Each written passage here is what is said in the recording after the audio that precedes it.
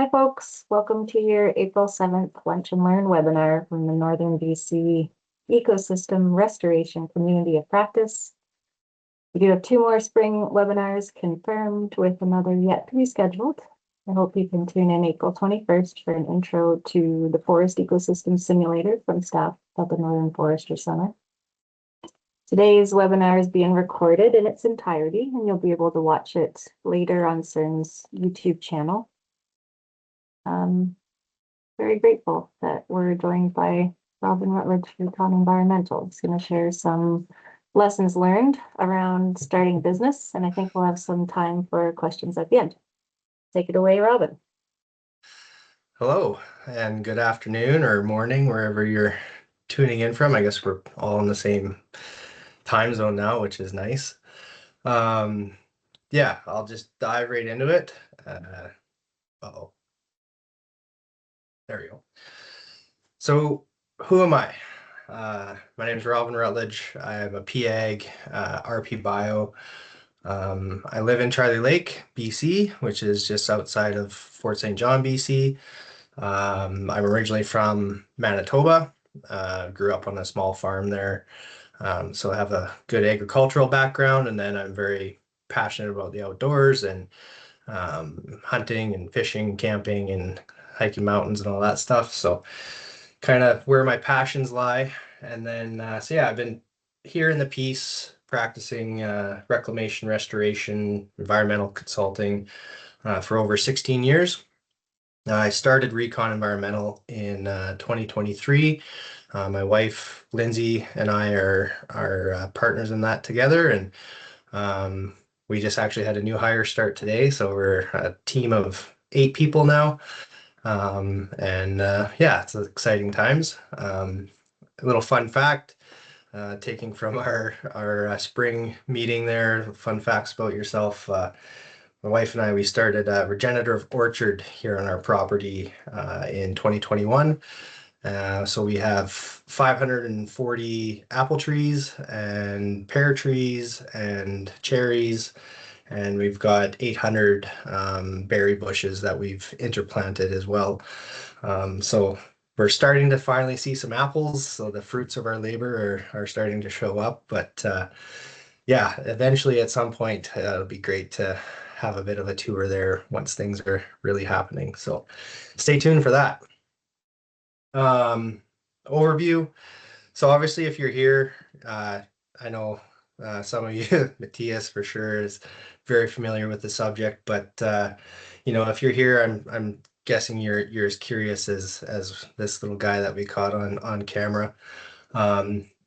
The overview I'm going to go through, it's short and sweet, but it'll be a lot of more or less just dialogue and discussion of my learnings of the first 3 years of business and the ups and downs and the realities of it. So we'll kind of get into the idea of how things came about, and then the dive, as I call it. And then the next part is your reality check. Then you get into your systems and teams and finding success. And then I think the main part that will be good for everyone is the Q&A, where we'll open that up for discussion. So the idea, it happens a couple of times, and I'm not sure if anyone here is familiar with Robert Kiyosaki and his book series, Rich Dad, Poor Dad, but it was about 7 years ago. We were driving down to a wild sheep banquet in Kamloops, and we were listening to his book. And both Lindsay and I were employees for big corporate companies, and we're starting our farm and a few things, and we're trying to just learn and educate ourselves. So there was a big influence on our decision to transition through what I have portrayed here as the cash flow quadrant.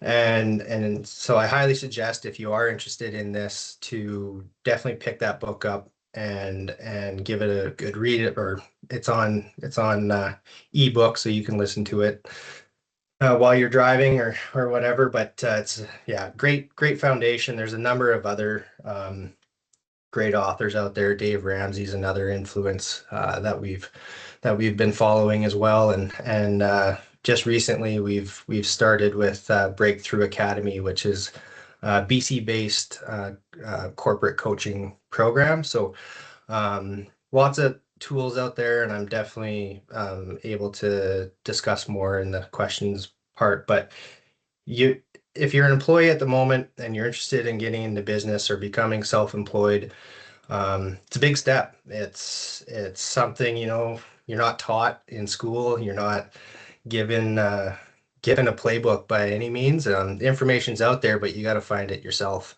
And so you either find yourself at a plateau at a job or at a company, or you become very specialized in what you do, or you're looking for a change and a new challenge, which is usually the case. A lot of business owners are thriving on challenges and love problem solving, and there's no shortage of that. So you're at that plateau. You're not going to be able to move up further unless someone moves on or something, and so you start reading some books, which we did, and then you say, oh, I can do that, or I want that, but you really don't know how. And that was where we got to. And your emotions really play with you at that point, because as an employee, everything's done for you in a sense.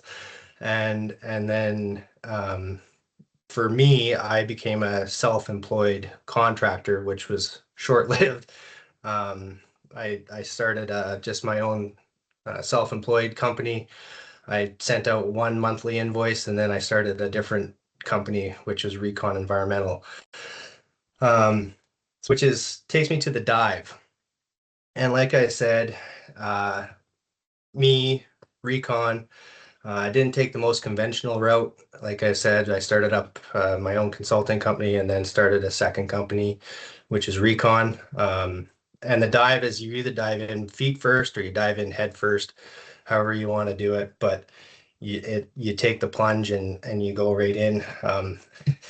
When Lindsay reviewed my presentation, she thought it was kind of funny. I quoted myself, but a strong foundation at the start leads to less stress later. And I had a lot of stress. I didn't set things up properly from the start, and I'll be the first to admit it. And that's fine. You got to start somewhere. And like I said, you're not given a playbook by any means, but you decide to start the company. So now what?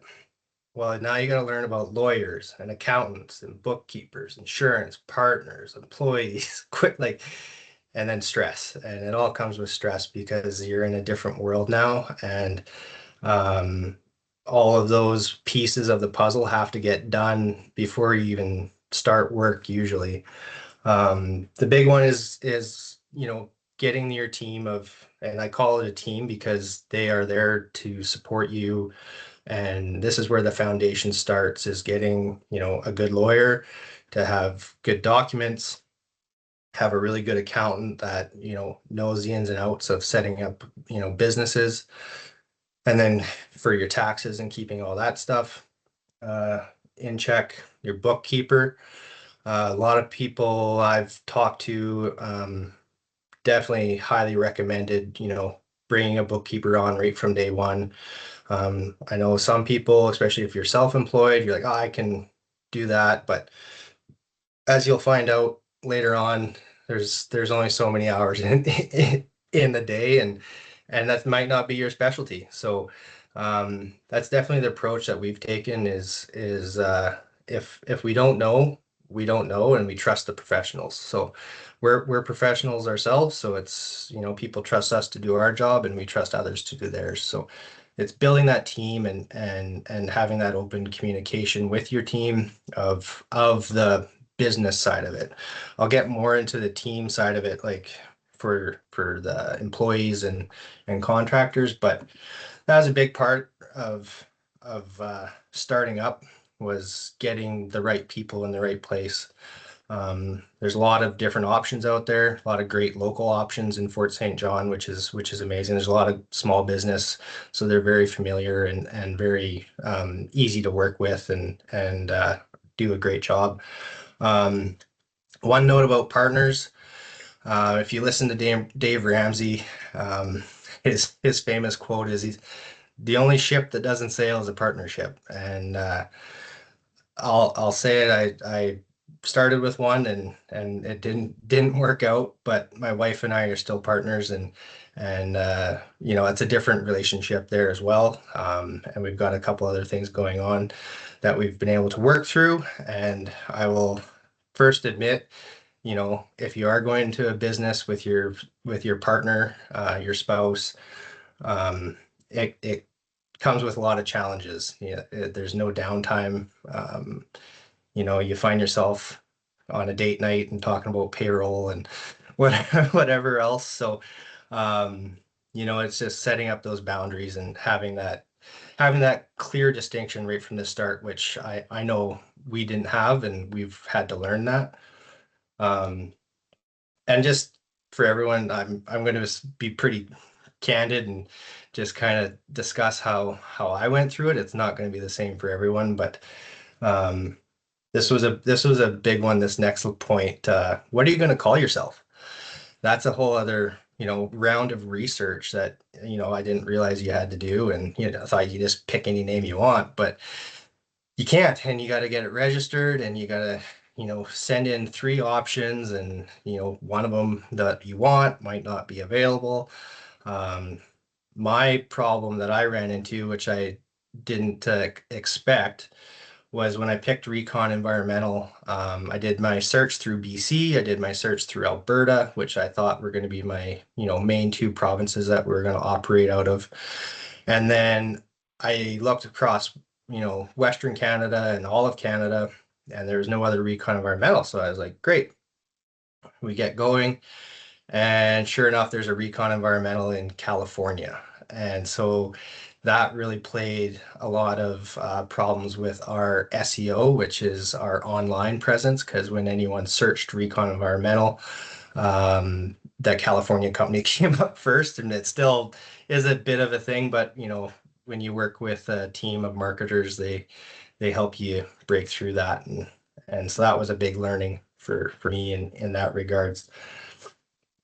And then, like I mentioned before, in the quadrant, you know, what system are you going to operate as? Are you going to be just a sole proprietor?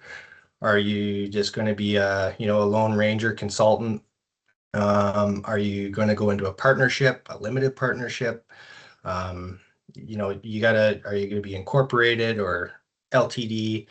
All of those options, and the lawyers and the accountant, you know, that's where their expertise comes into play, because you know, you map out what direction you want to go, and some of the advice I got from other uh, business owners that have been in this space for 30 years or so, you know, they said to me, don't think of what you're doing right now, think about what you're going to be doing in 10 years, and it might be something that doesn't seem as big now, could be that big then, and it'll save you so much more down the road. So as I mentioned, I had set up I set up our first business, which I had set Lindsay and I up for just consulting to our current employers. And then when we started Recon, it was the discussion of like, okay, well, what are we going to do? Or are we going to have employees? How many employees? You know, we're in a partnership, or are we doing this as limited? So we decided to go LTD.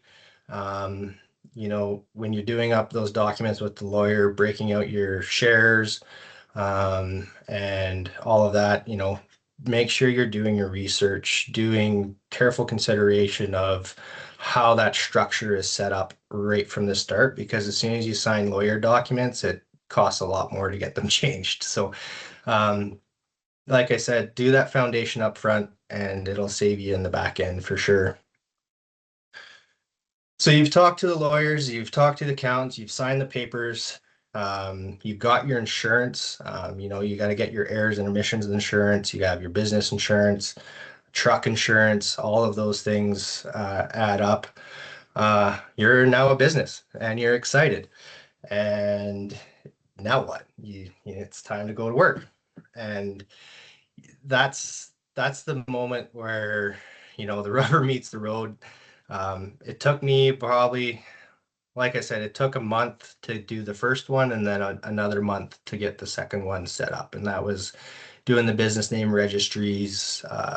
We'd already had, a company set up recently, so it was relatively easy to go back to the lawyers and say, oh, I'm here again to do another. And they're like, oh, that's crazy. So, yeah, it's something that, a business can be set up in a day, but to do it as a structure takes time, and it's just something that is very important to set up right from the start.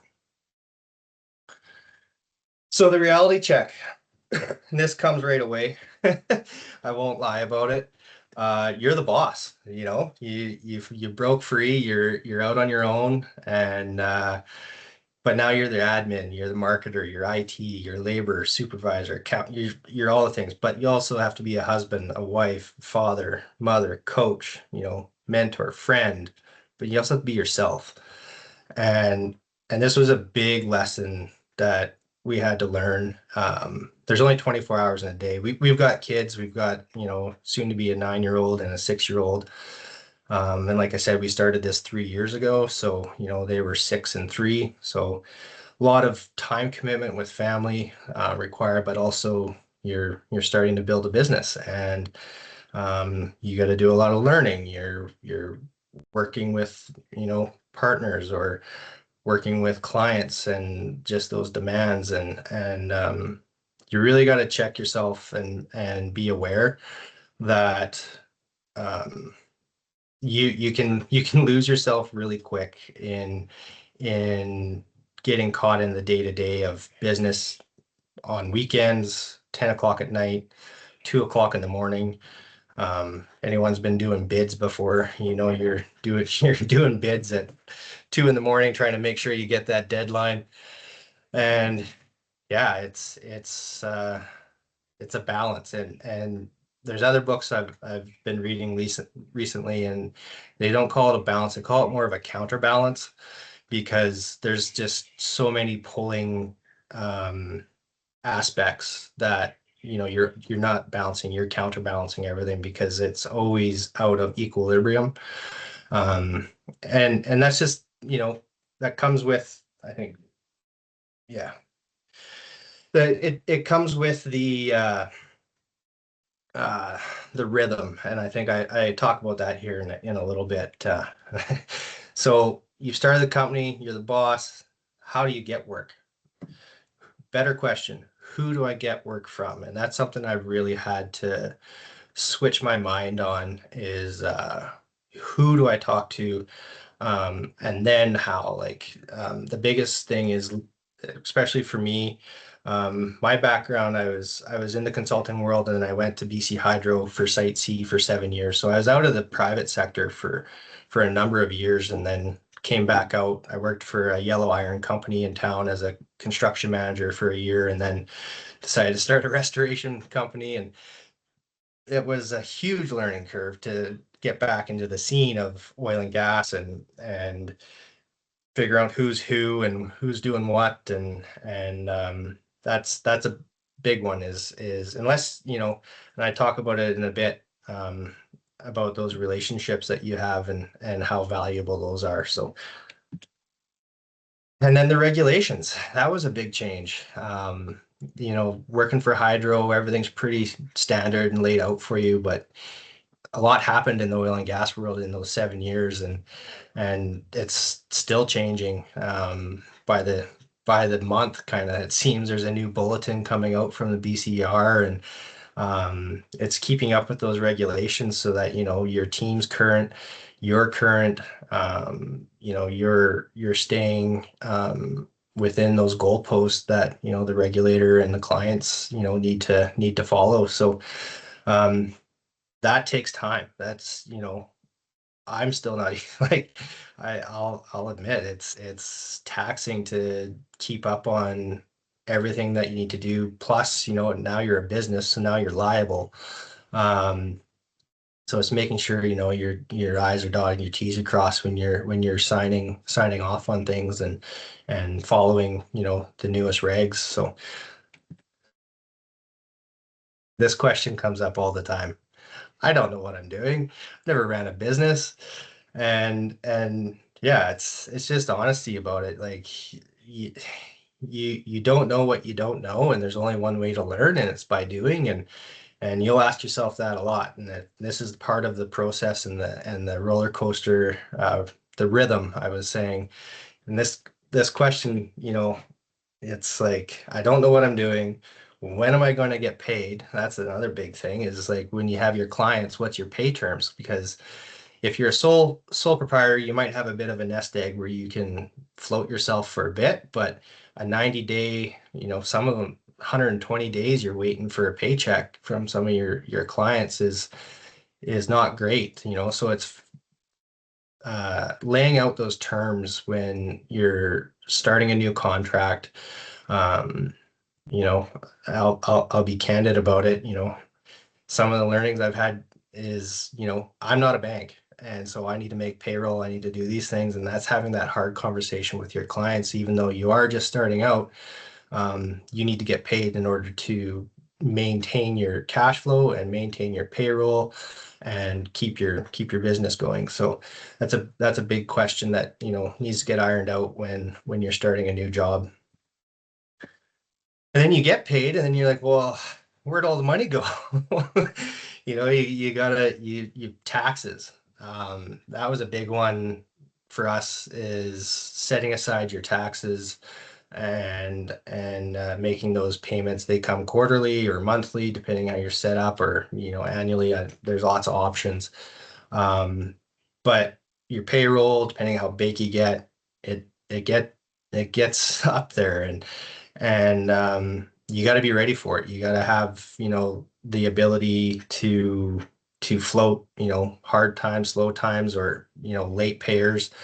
And that's where it really comes down to your project planning and how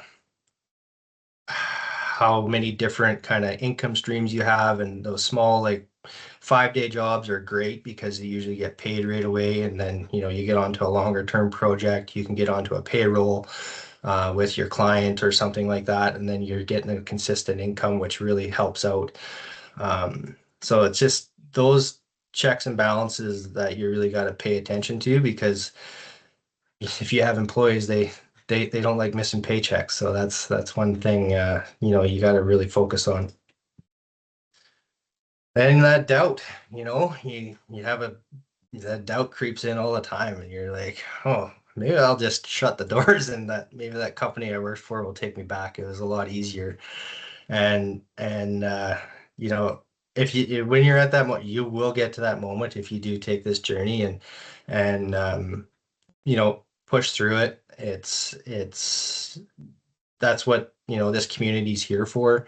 I know I've got two mentors that I constantly almost I daily check in with my one friend, and he's been in business for 35 years, and he's on the other end of the spectrum where he's on his way out kind of thing. And it's learning from those that have gone through this path and learning from them, because learning, from just not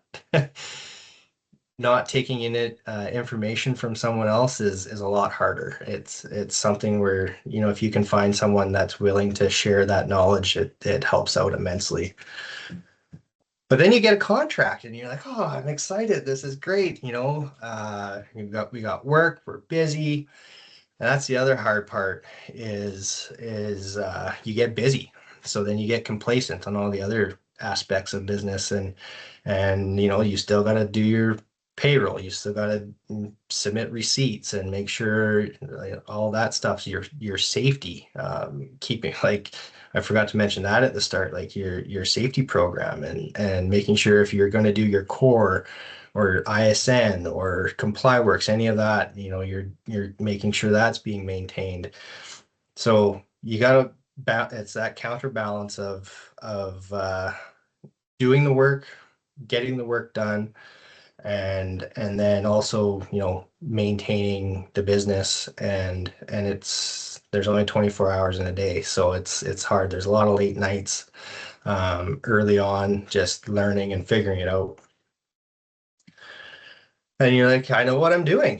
This is great. You get that first taste of success, and it's a high. It's something I'll be straight up about. You're excited. I catch myself every month, every week, just like excited because it's like, something it worked. Like it's happening, and it's a great feeling. And then you come back to this. I don't know what I'm doing.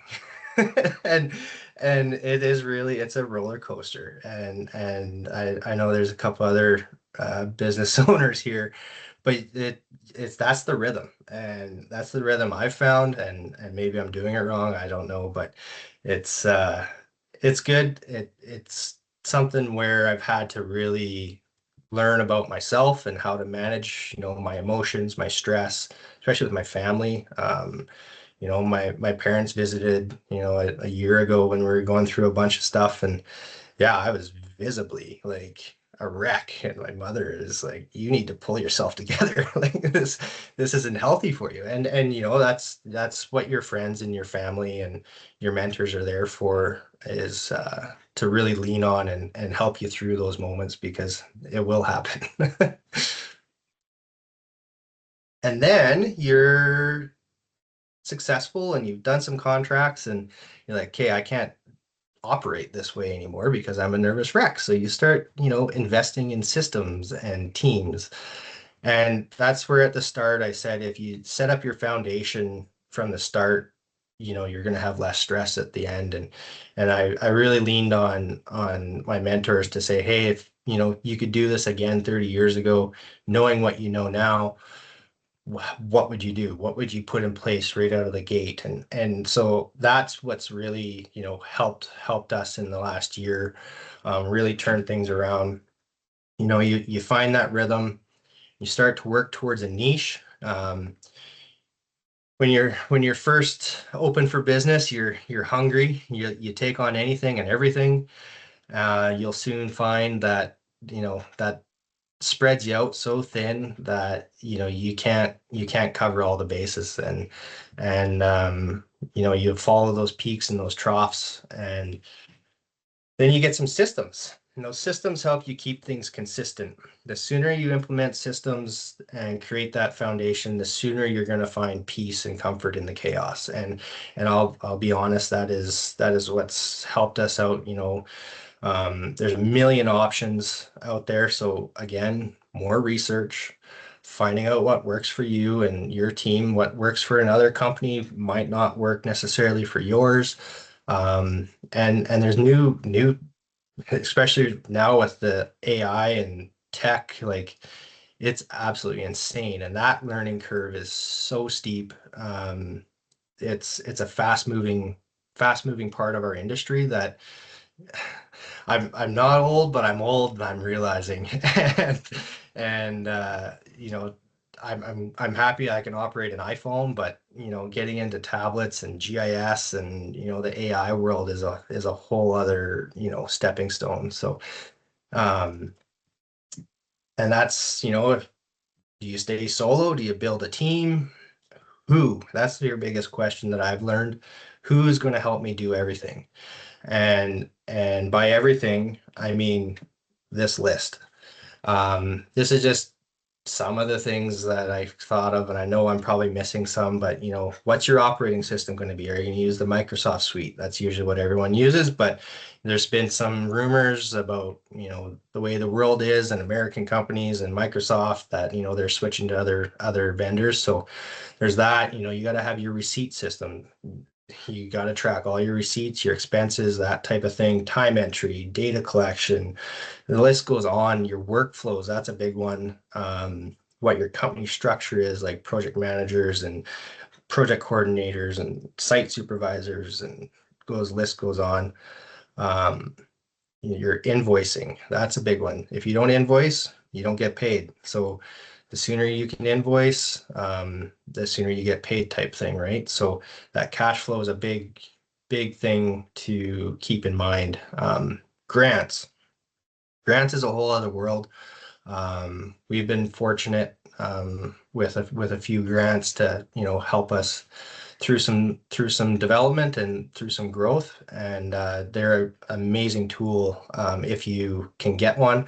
That's great, but they do take a lot of time and effort in order to do it. So who's going to help you do your grants?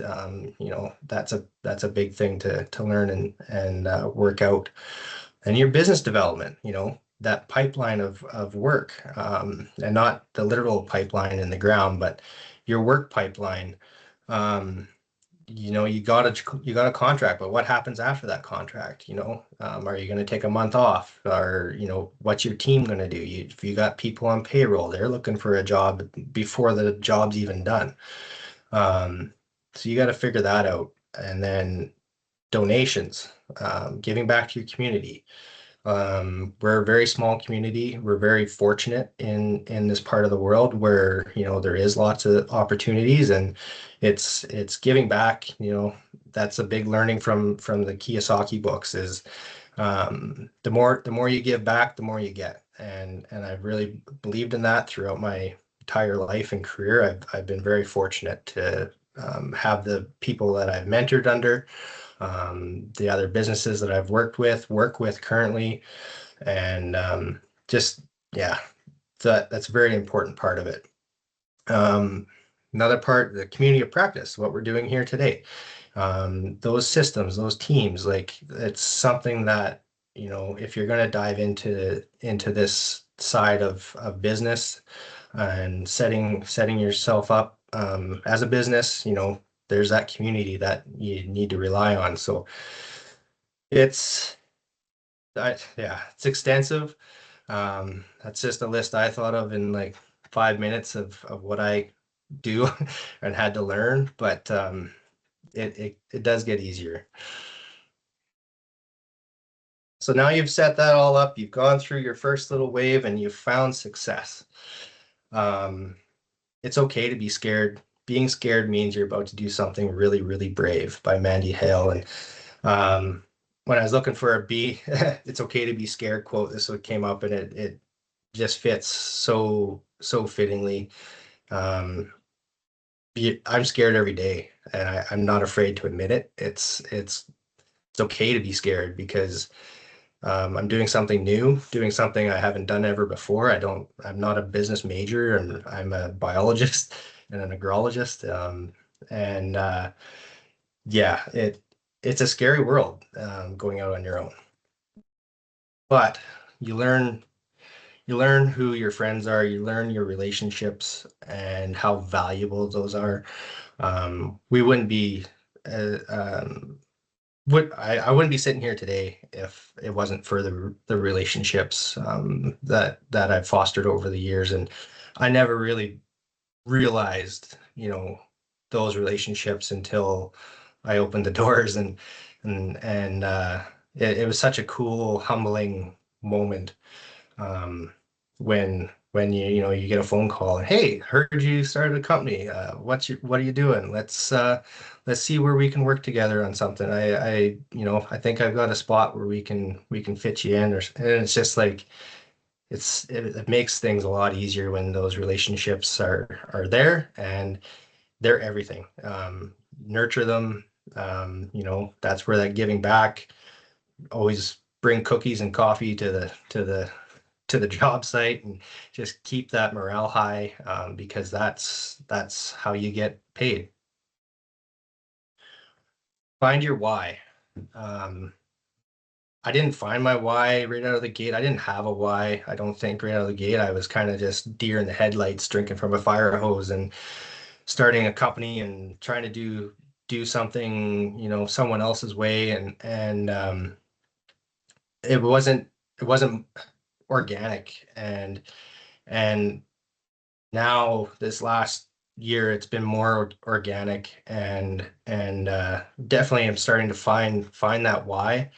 um it's amazing the opportunity to be in the position of owning a company and being able to work with, the amazing communities and other businesses locally and across the province. Now we've been doing a few jobs, outside of the piece, and just meeting those people and being able to provide a service. You're a service, and you're a professional, and people rely on you to do something, and then it's giving back to the community. And that's been a big thing that we've really been focusing on is, you know why are we doing this? Well, we want to help the environment first and foremost. Second, probably also we want to make money, but also we want to provide that community support, to local organizations. I coach soccer, so there's sponsorships for different organizations, and the phone rings as soon as you start putting out donations. People start calling, but it's great. I'm fortunate, and I believe that if you're successful, then help other people as well along the way, and they'll help you as well when you're going down. So um, yeah, that's a big question and something that you might not know right away, but it'll come to you. Keeping it small. Um, if my one mentor there, Shelly, she mentioned to me, yeah, keep it small. And that's something where I wasn't sure the direction I wanted to go. Um, but it doesn't necessarily mean business. It means to also um, your circle as well a little bit. Just figuring out uh, who to work with, those things like start slow. Um, Having 10, 15, 20 clients gets to be a lot if you're just on your own.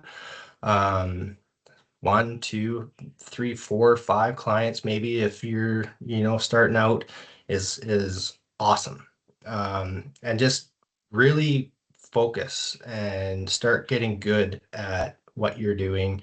Find that niche, like I mentioned, and it'll start coming together a lot more, and then you'll start growing. And yeah, that's a big thing to think of right out of the gate, because you're so excited. You're like, oh, let's go do this, let's go do that. We're gonna do a bid over on the island, and then you're just like, whoa, that's too much. Like you gotta, it's balancing your family and your life, and making sure all your other commitments are being made too. So keep it small, start local, and it'll happen organically as you get better at what you're doing.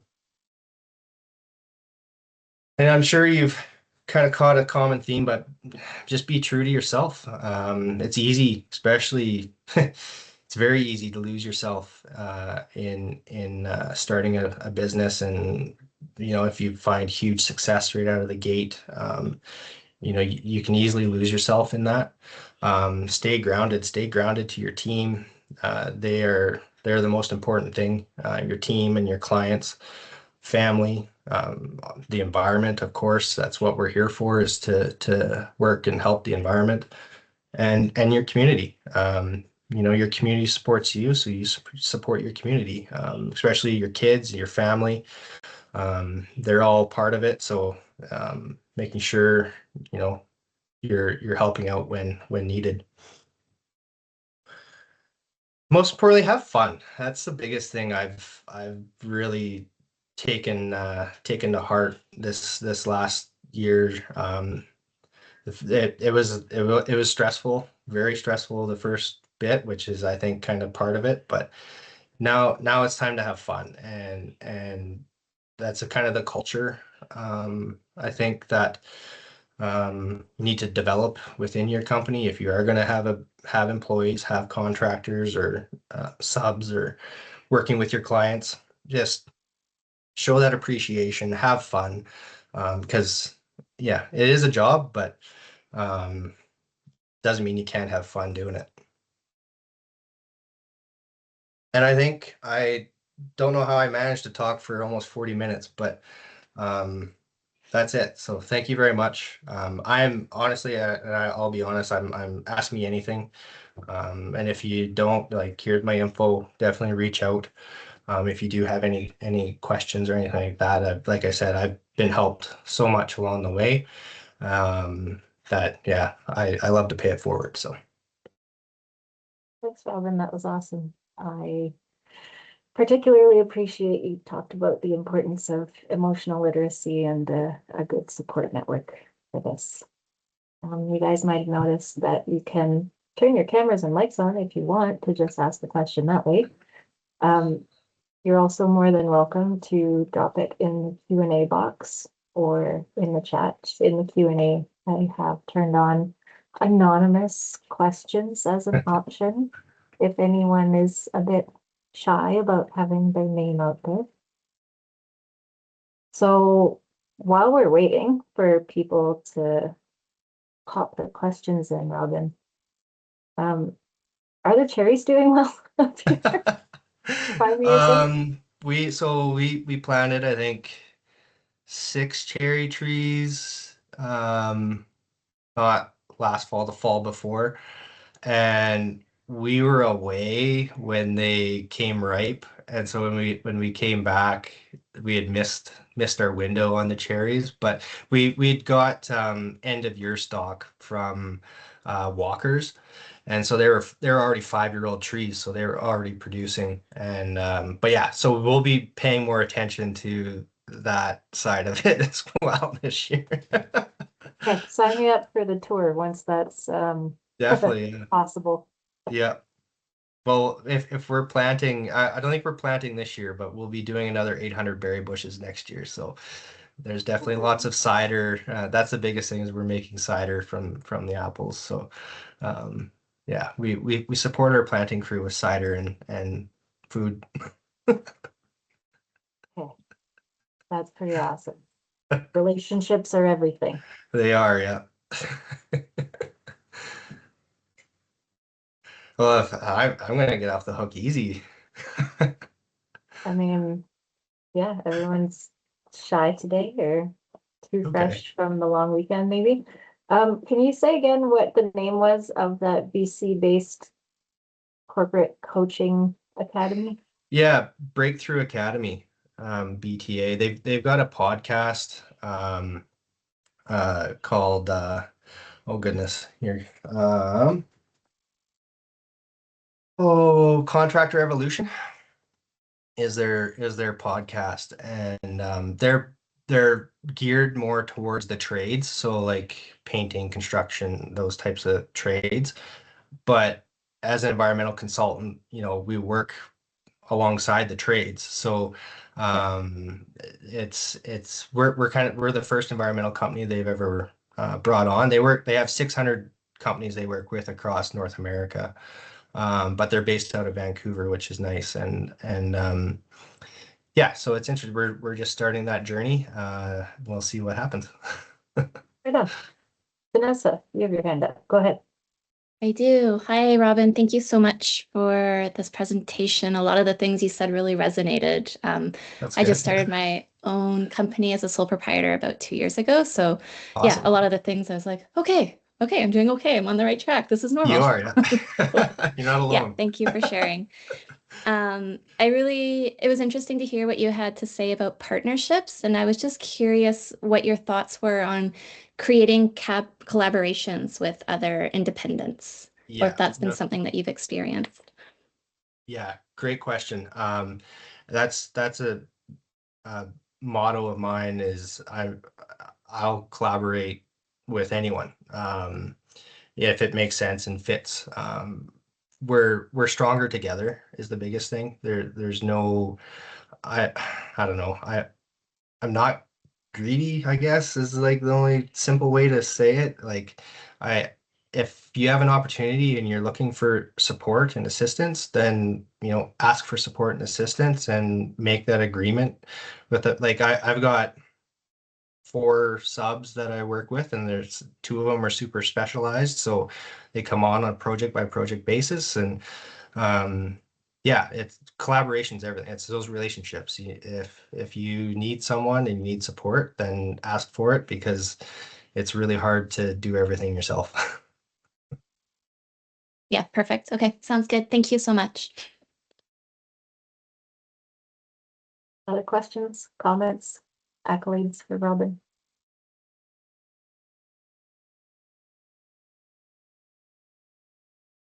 Perfect. Okay, well, you have his email address.